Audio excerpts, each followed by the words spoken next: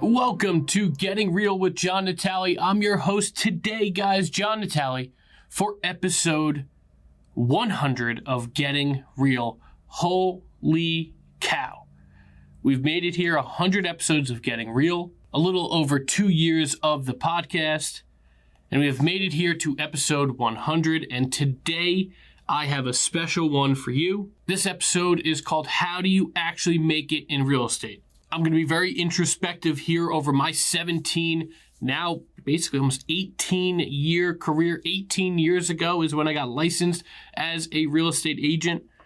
2 decades of doing this. And we're going to talk about tactically, how do you actually make it? And while I look at myself and I say, I haven't made it yet, that's just me always wanting a better version of myself. But the reality is I have made it. I have made it in the real estate industry because the vast minority of this industry even lasts 5 or 10 years, let alone 15, now going on 18. And this has been my career since the day I was a middling college student to today, having a young family, supporting, putting food on the table for our family. In many ways, shapes, and forms, I have made it. So I am going to talk about some of the things that I've done and some of the things you can do in the business, not only that has happened, but the business that is to come in real estate. Because I firmly believe that not only is it probably the best time to be in real estate, it's also going to be the easiest time to go from a new agent to an agent that is worth something very, very quickly. There has never been a time like 2025 going into 2026. The late 2020s sounds weird to say, but there's never been a time like what's going to happen over the next 5 years here in the real estate industry, and that should fire you the hell up because there's so much damn opportunity in front of you. I'm excited for it. We're going to talk about it today. We're going to talk about how do you actually make it in real estate? How do you actually survive the tactical steps you need to do? You're going to learn from these 2 decades of my experience, 2 decades of mistakes in a very short episode about what you need to do to make it in real estate. Before we dive in though, whether this is your first time listening to Getting Real, your 100th time listening to Getting Real, I know you're out there. I know you are out there, and I am damn appreciative of every single one of you.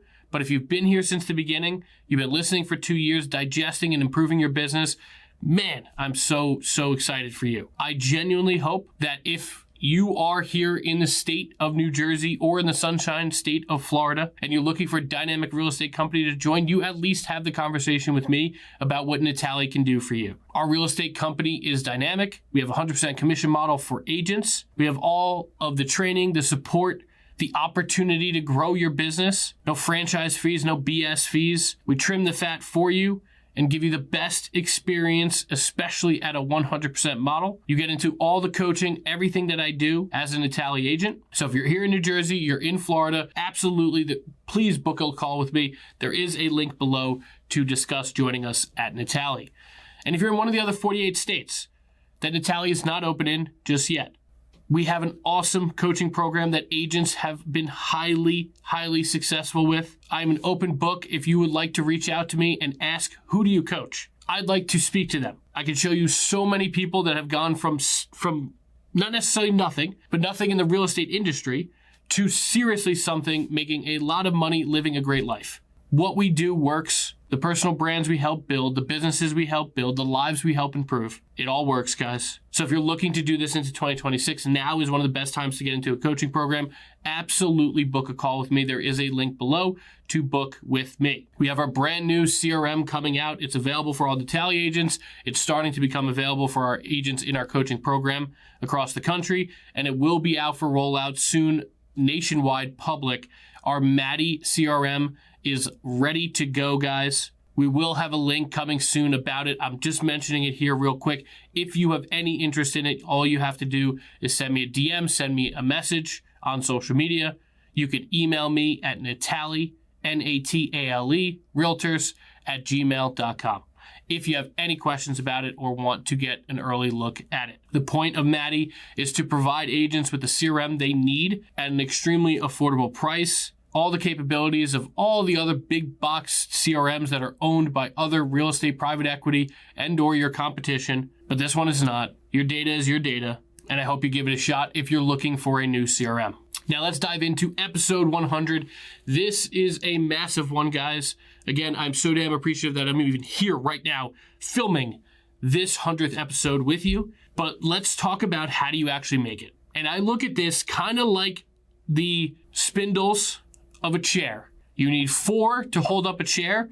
If anyone goes, the chair starts to get a little wobbly. 2 go, boom, you're falling on your butt, okay? So we're gonna talk about the 4 things you need to actually make it in real estate. And I'm gonna start with the first one that I think actually helps propel everything else. And it's not a sexy one. It's one I've talked about before on this podcast. And that number one thing, believe it or not, and this is what changed everything for me, it will change everything for you if you're listening today and you haven't done it just yet. That is wise money management.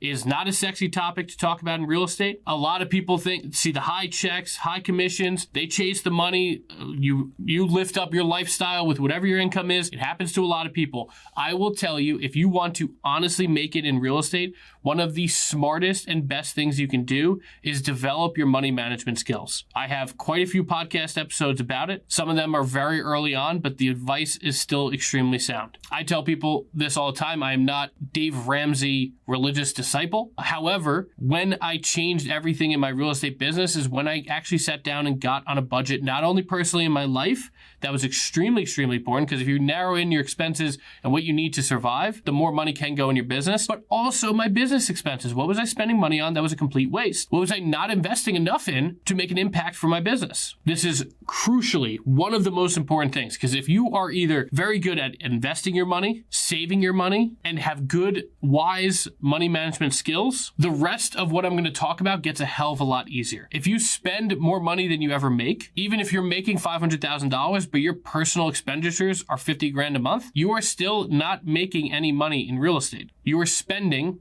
and you are just providing for your lifestyle. I tell people this all the time. It's not a point of ego. It's not a point of I have millions of dollars in the bank, but I worked my ass off from 2023 to 2024, knowing that my wife and I were expecting a baby at the end of 2024. And one of the most important things to me at that time was for her to be able to stay home with our daughter. My wife's a teacher. Does she make a whole lot of money? No. However, she gets some great benefits here in New Jersey that are extremely expensive to replace.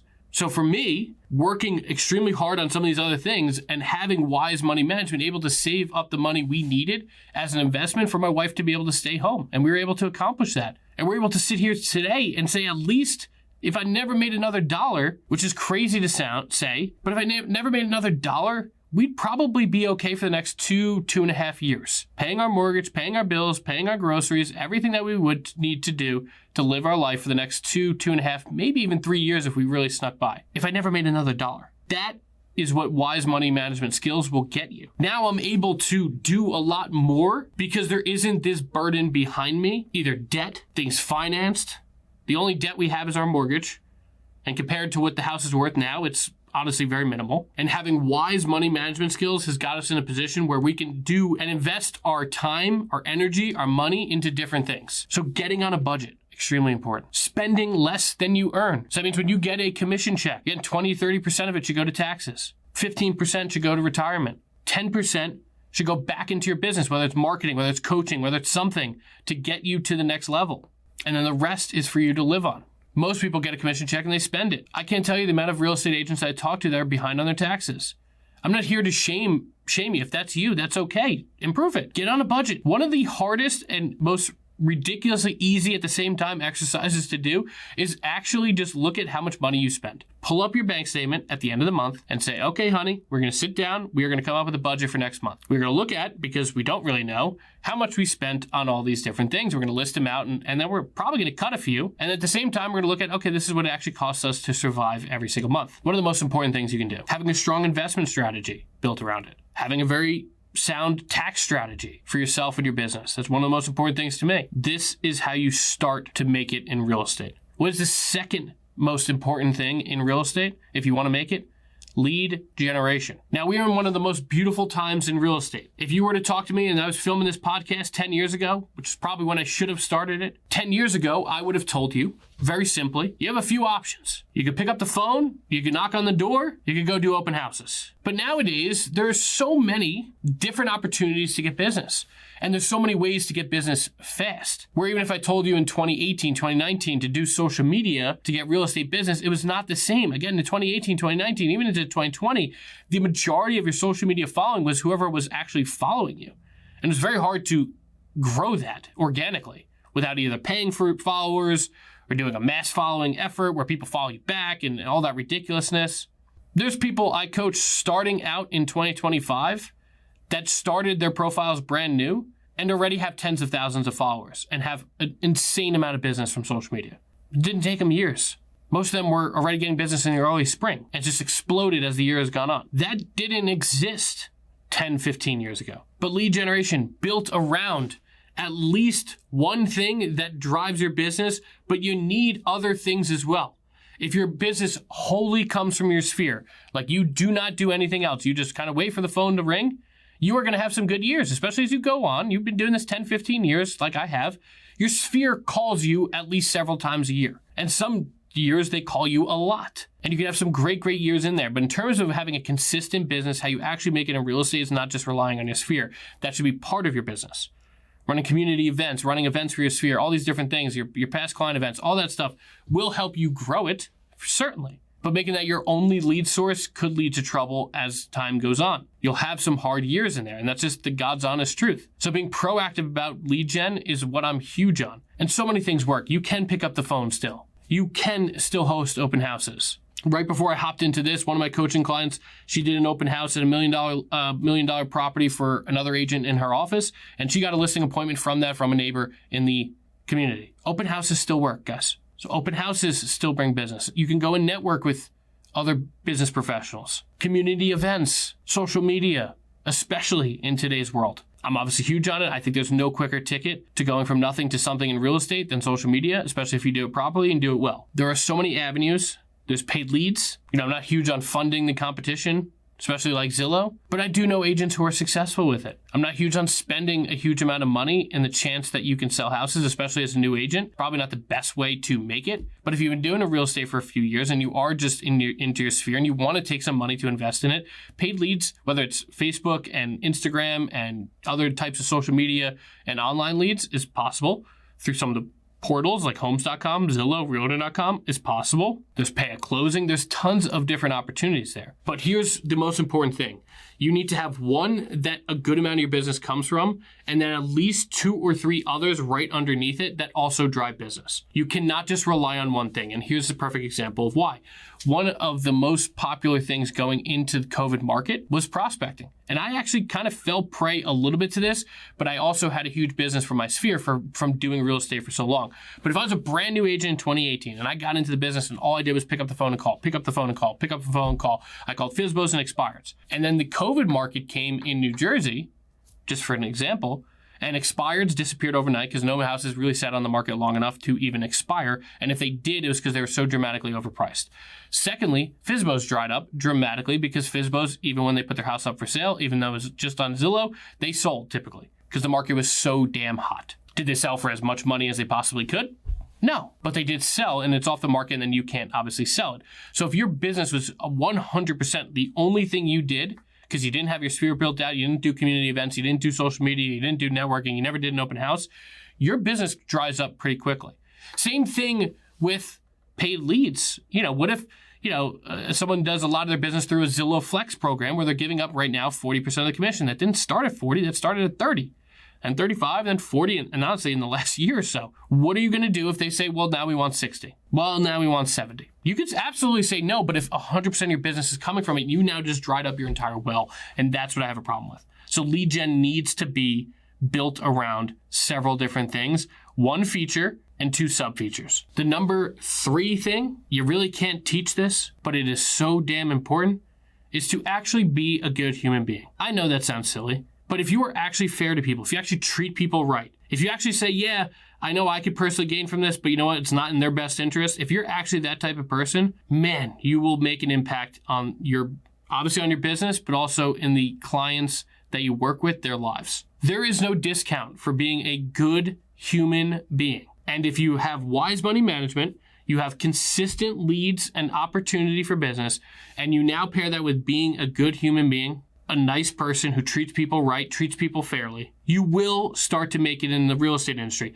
Now, here's the thing. That alone, if you're just a nice person, and a lot of people I meet will say that, I really care about my clients. Great. I care about them too. I want my clients to win. I want to win. I want to help people. I want to treat them fairly. But you're seeing very quickly, if you don't even have the consistent leads, that second part, there's no one for you to help, okay? Is it very important? It absolutely is.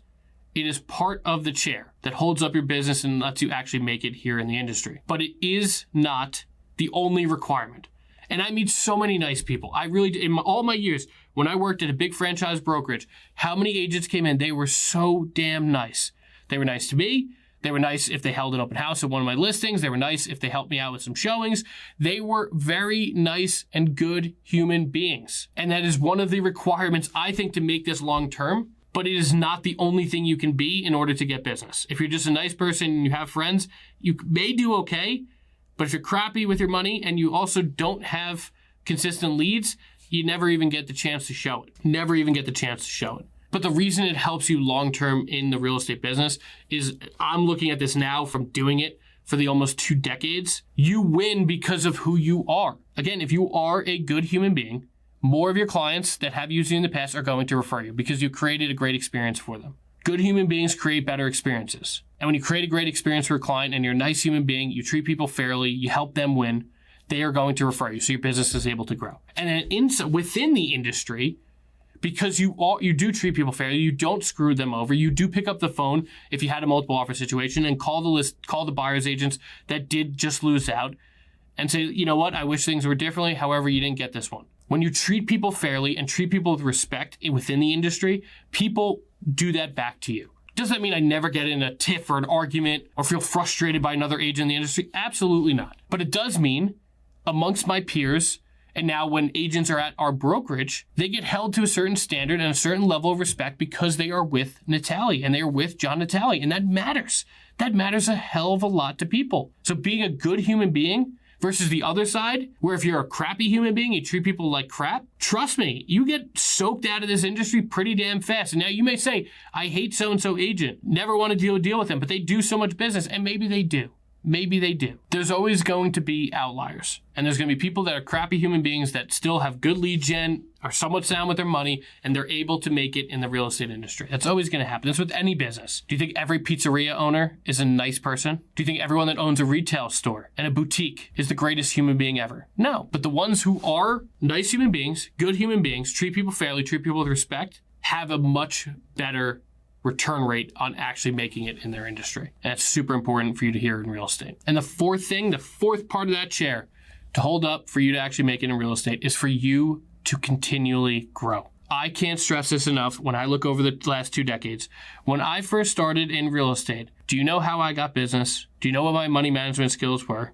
I was probably a nice human being already, to be perfectly honest. But my money management skills were shit, and my lead gen strategies were non-existent. But what I would do for lead gen is go on to Craigslist. I would take rentals, and not in a scammy way, and I would take properties for sale, and I'd put them on Craigslist. And I'd say, hey, go to this link to get more information about the property. I think at the time you could put 4 pictures up. You put a little description. Go visit the link, put the link in, and then they would go there, get the information back in 2008, 2009, 2010, and we dominated with Craigslist. And by dominate, I mean sold a few houses and actually survived the financial collapse. But I don't go on Craigslist today. And as the 2010s went on, I started picking up the phone and started prospecting, circle prospecting, FSBOs, expireds, all those. I still get a ton of business today. I don't pick up the phone anymore. You evolve. You do different things. You continually grow. You learn. And one of the most important things that I sit here 2 decades later that I have to tell you is you have to continually grow. You have to continually adapt. How you do things, the processes, the systems, the way you do an open house, the way you do social media, the way you do this, that, and another thing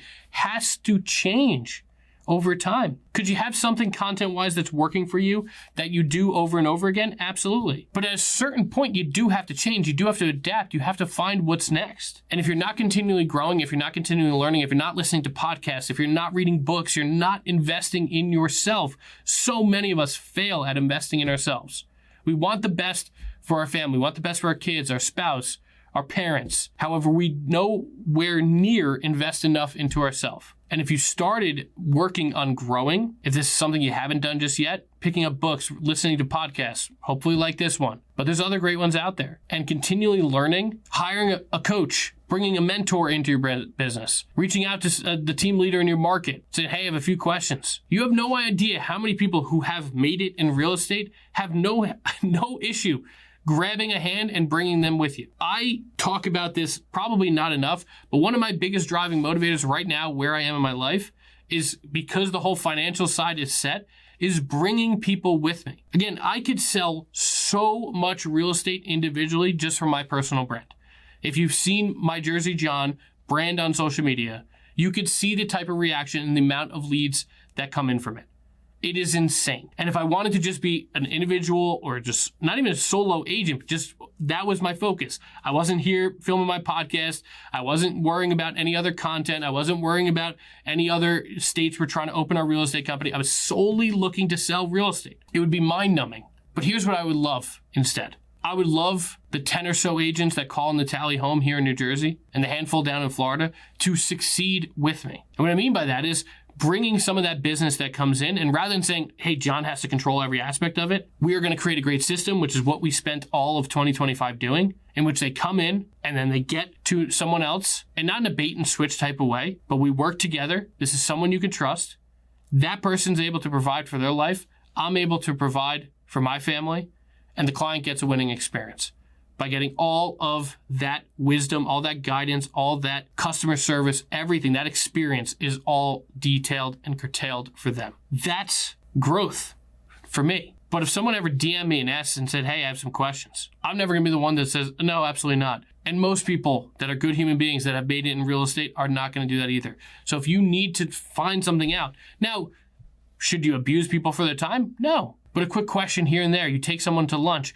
People are so scared of people who are successful, I think, to reach out and just ask some questions about how they got there. You don't have to, I think part of this podcast is me, sharing what I failed at so you don't make the same mistakes. And I talk about with my coaching clients, everything that I've done, just in terms of personal brand over the last 2 years, you get whittled down in the first 30 days or so when you hire me as your coach. All the trials and errors, all the systems, all the processes, all the content that makes people tick, all of it gets whittled down in the first 30 days or so. You don't need to take 2 years if you have the right mentor. You don't need to take 2 years. You don't need to take 20 years if you have the right coach. You have the opportunity right now in front of you to grow. And if you dive into podcasts, you read books, you go to webinars, you go to conferences, you go and actually invest in yourself and your business, you will start to make it. And if you take that four-pronged approach, you will make it in real estate. If you have wise money management, if you have consistent lead generation that's bringing you leads and opportunities to succeed in business, if you are a good human being, and if you are looking to continually grow and adapt and change and pivot, and you're able to do so time and time again, you will make it in real estate. I guarantee it.